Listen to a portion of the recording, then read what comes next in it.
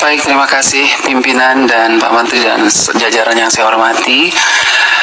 Pertama-tama kita semua mengetahui bahwa ada kekurangan anggaran ya 15 triliun, tetapi kalau menurut saya mari kita koreksi diri. Kenapa ini terjadi? Jujur sama diri kita sendiri. Anggaran yang sudah diberikan begitu banyak tahun 2024 apakah sudah digunakan dengan baik atau tidak? Jangan kalau dikurangin kita sedih, tapi waktu dikasih banyak kita tidak menggunakannya dengan baik. Kenapa saya mengatakan tidak melakukannya dengan baik? Karena sampai hari ini Pak Menteri berulang kali saya katakan bahwa masih banyak persoalan terhadap realisasi anggaran dan penyerapan anggaran APBN itu ke daerah, baik transfer daerah, itu banyak persoalan. Mau masalah guru, sampai sekarang guru P3K yang sudah lolos P3K sampai sekarang belum dikasih SK.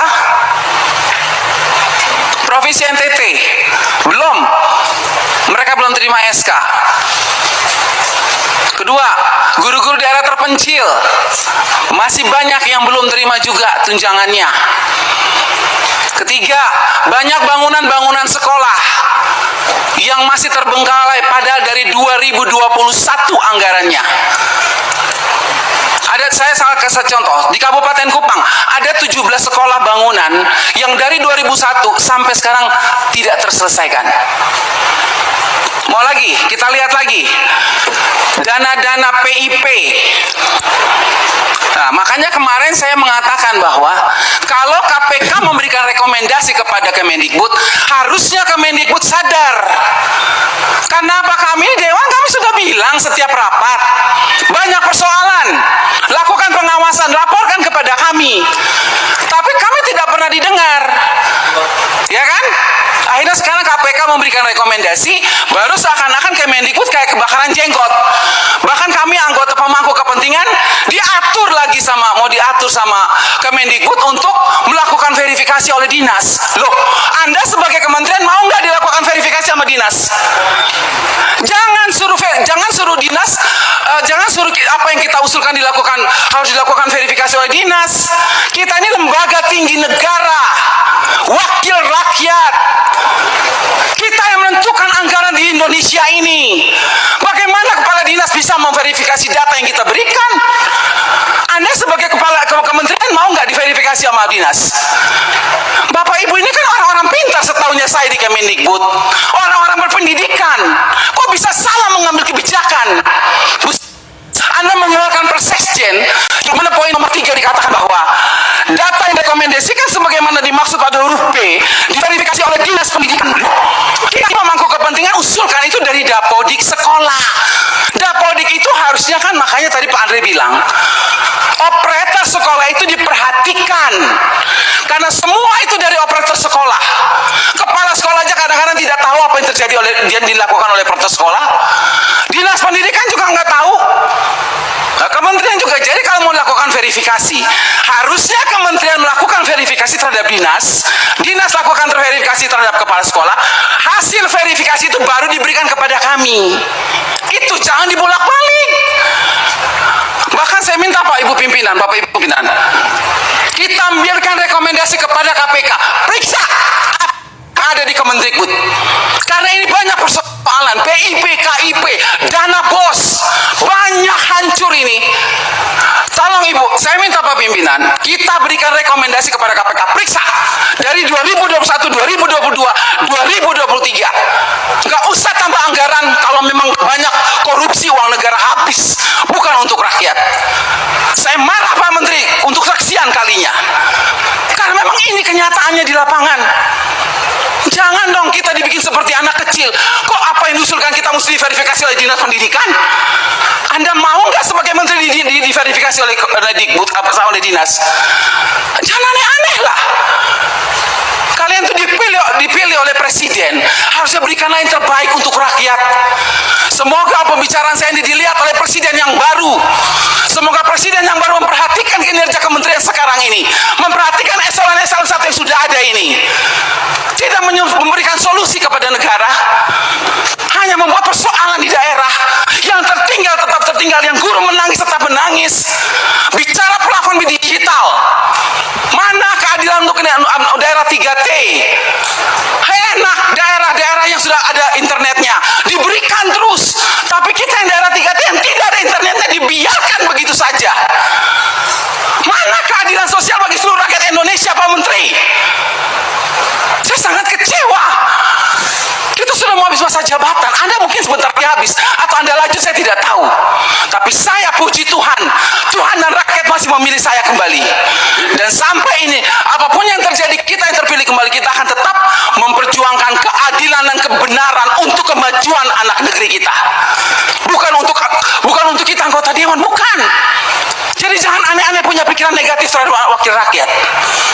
Semua data-data yang kita pilih itu adanya di dapodik sekolah.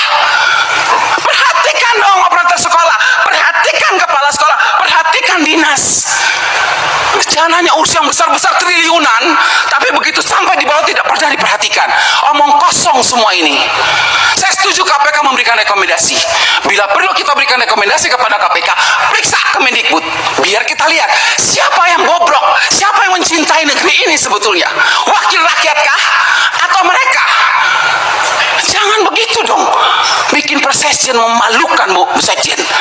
Ya iyalah, Anda jangan senyum.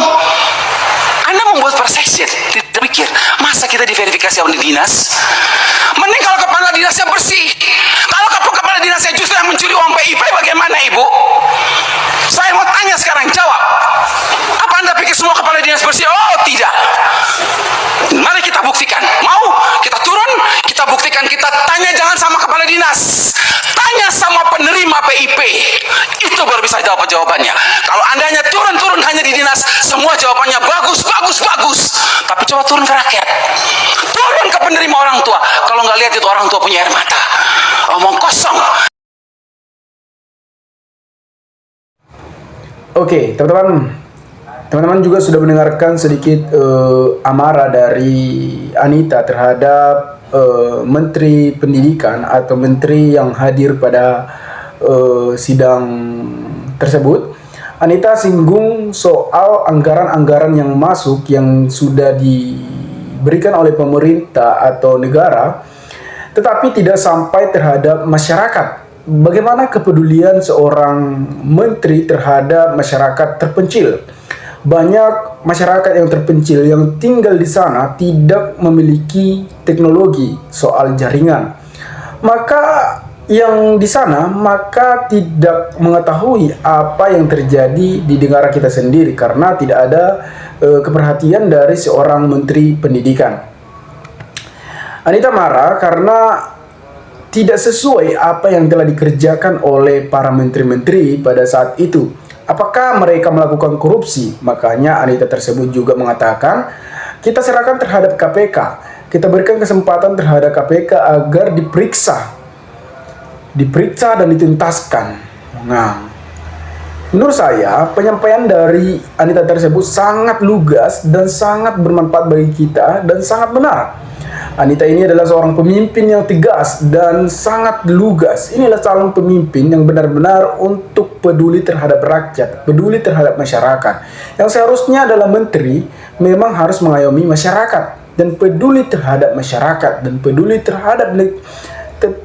terhadap masyarakat terkecil-kecil. Apalagi kita yang jauh dari perkotaan, teman-teman.